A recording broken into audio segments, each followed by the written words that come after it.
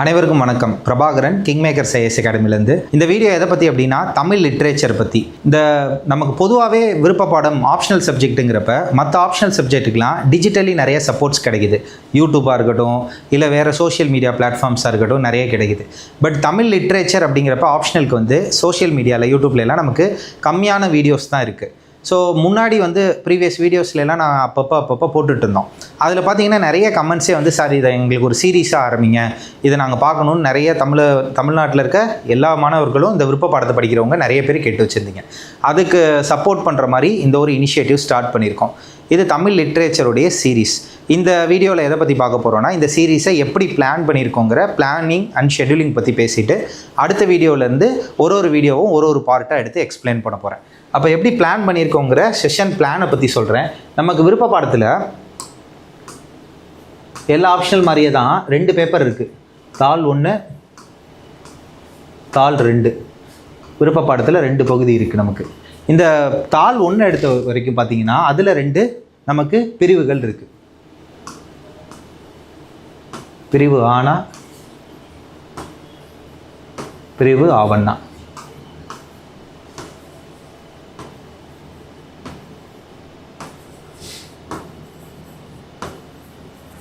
இந்த ஆனா பிரிவை மட்டும் எடுத்திங்கன்னா ஃபர்தராக பகுதிகள் இருக்குது.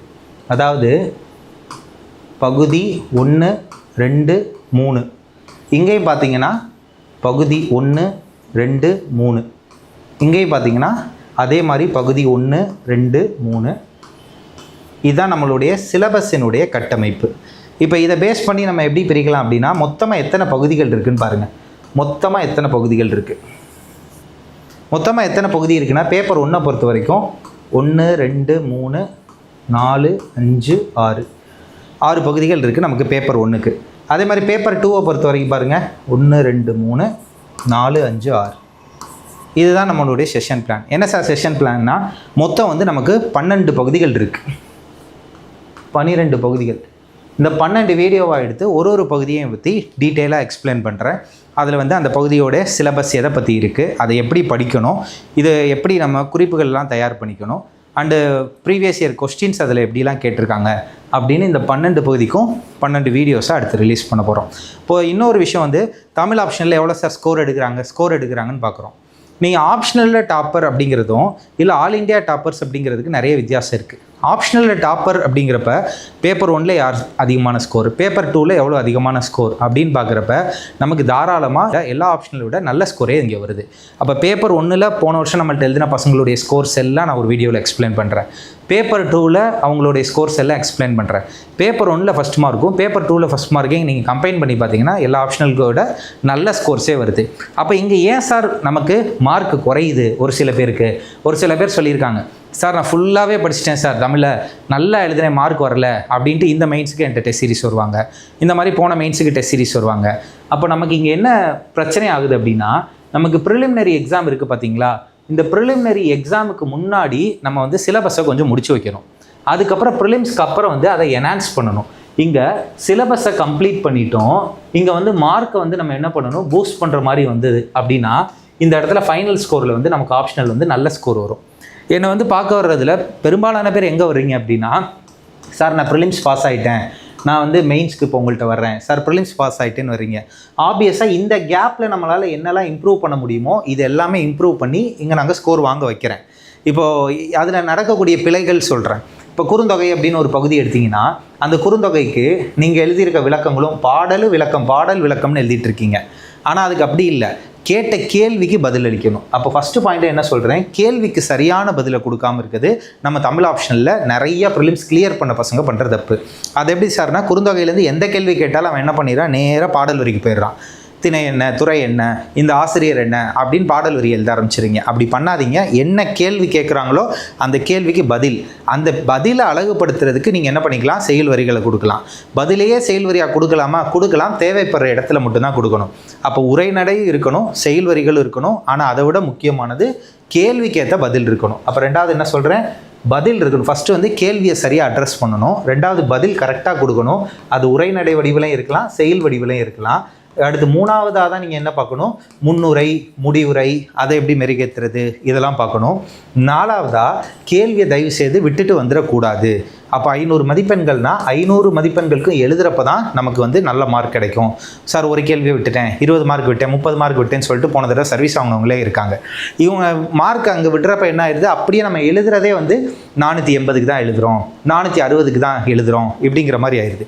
அப்போது இங்கே நான் வந்து கிங் மேக்கர் ஐஏஎஸ் அகாடமியில் நான் தமிழ் எடுக்கிறப்ப என்ன பண்ணியிருக்கேன் அப்படின்னா, ஃபஸ்ட் எடுத்ததும் நான் வந்து ஒரு நோட்ஸ் அப்படிங்கிறத பல ஆத்தர்கிட்ட இருந்து ரெஃபர் பண்ணி, இப்போ திருக்குறள்னு எடுத்துட்டா உரையே நிறைய உரை இருக்குது, இது எல்லாத்தையும் நம்ம என்ன பண்ணியிருக்கோம், ரெஃபர் பண்ணி நான் ஒரு விளக்க உரை கொடுக்குறேன். அப்போ நோட்ஸே வந்து நம்ம எப்படி குறிக்கிறோம், குறிப்புகளை பேப்பர் 1க்கு ஒரு நோட்ஸு, பேப்பர் 2க்கு ஒரு நோட்ஸ். இது வந்து நம்மள்ட்ட கிடைக்கக்கூடிய முதல் விஷயம். இதுக்கு விளக்கமான கிளாஸஸ்க்கு கிடைக்கும். ரெண்டாவது என்ன அப்படின்னு பார்த்தீங்கன்னா, previous year question plus possible questions. இந்த பாசிபிள் கொஸ்டின்னா இதில் இதெல்லாம் வர்றதுக்கு அதிக வாய்ப்பு, ப்ரீவியஸ் இயரில் கேட்கலைனாலும் இந்த வருஷம் இதெல்லாம் கேட்கலாம் அப்படிங்கிறதும்.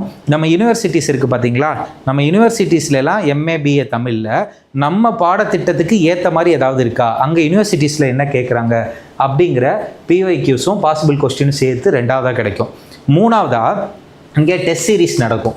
இந்த டெஸ்ட் சீரீஸில் இந்த வருஷம் பார்த்தீங்க அப்படின்னா நமக்கு வந்து மொத்தமாக 8 டெஸ்ட்டு.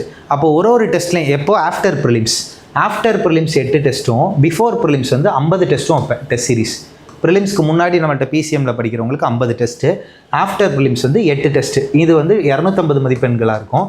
இது வந்து 50 மதிப்பெண்கள், 100 மதிப்பெண், 150 மதிப்பெண்கள்னு நம்மளை எழுத வைக்கிறதுக்கு ப்ரிலிம்ஸ்க்கு முன்னாடி எழுத வைக்கிறதா இருக்கும். இப்போ இந்த டெஸ்ட் சீரீஸில் எழுதுகிறவங்களுக்குலாம் பார்த்தீங்கன்னா 232 கொஸ்டின் இருக்கும். இந்த 232 கொஸ்டினுக்குமே ஒரு மாடல் ஆன்சர்ஸ் ரெடி பண்ணி அதை கொடுத்து நான் டிஸ்கஸ் பண்ணியிருக்கேன். ஸோ இதெல்லாமே நம்ம கிங் மேக்கர்ஸில் கொடுத்துட்ருக்கோம். இது போக ஒர்க் ஷீட் அப்படின்னு ஒன்று கொடுத்துருப்போம். இந்த ஒர்க் ஷீட் என்ன அப்படின்னா, இப்போ அதே குறுந்தொகையை வச்சே சொல்கிறேன்னே, குறுந்தொகையில் என்னென்ன பாசிபிள் கொஸ்டின்ஸ்லாம் இருக்கோ அதை வந்து கேள்விகள் கொடுத்து இடம் விட்டு வச்சுருப்பேன். இந்த இடத்துல நீங்கள் குறிப்புகளை ஃபில் பண்ணி வச்சுக்கோங்க அப்படின்னு. பேப்பர் 1க்கு ஒரு ஒர்க் ஷீட், பேப்பர் 2க்கு ஒரு ஒர்க் ஷீட். இதெல்லாம் போக நம்ம அதர் ஆப்ஷனல்ஸ்லாம் நிறைய கிடைக்கும், தமிழ் ஆப்ஷனல்ஸில் கம்மியாக இருக்கும்னு சொன்னேன். என்ன அப்படின்னா டாப்பர்ஸ் ஆன்சர் ஷீட். இந்த டாப்பர்ஸ் ஆன்சர் ஷீட் இருக்குது பார்த்தீங்களா, இது வருஷம் என்கிட்ட அதிகமான ஆன்சர் ஷீட் வரும். இப்போ ஒரு பையன் என்கிட்ட பிசிஎம்மும் படித்து தமிழ் ஆப்ஷனல் படித்தானா அவன் யோசிச்சு பாருங்கள், அந்த பையன் மட்டுமே என்கிட்ட 50 டெஸ்ட் பிஃபோர் ப்ரிலிம்ஸ் எழுதியிருப்பான் குறைந்தபட்சம். ஆஃப்டர் ப்ரிலிம்ஸ் ஒரு 8 டெஸ்ட் எழுதியிருப்பான். அவனுடைய பேப்பர் மட்டுமே எனக்கு 58 பேப்பர் இருக்கும். அப்போ எவ்வளோ பேர் நம்மள்ட்ட வந்து மெயின்ஸ் படிக்கிறாங்கன்னு உங்களுக்கு தெரியும். அப்போ வருஷம் என்கிட்ட டாப்பர் பேப்பருக்கு பஞ்சமே இல்லாமல் ஏகப்பட்ட டாப்பர்ஸ் ஆன்சர் இருக்குது.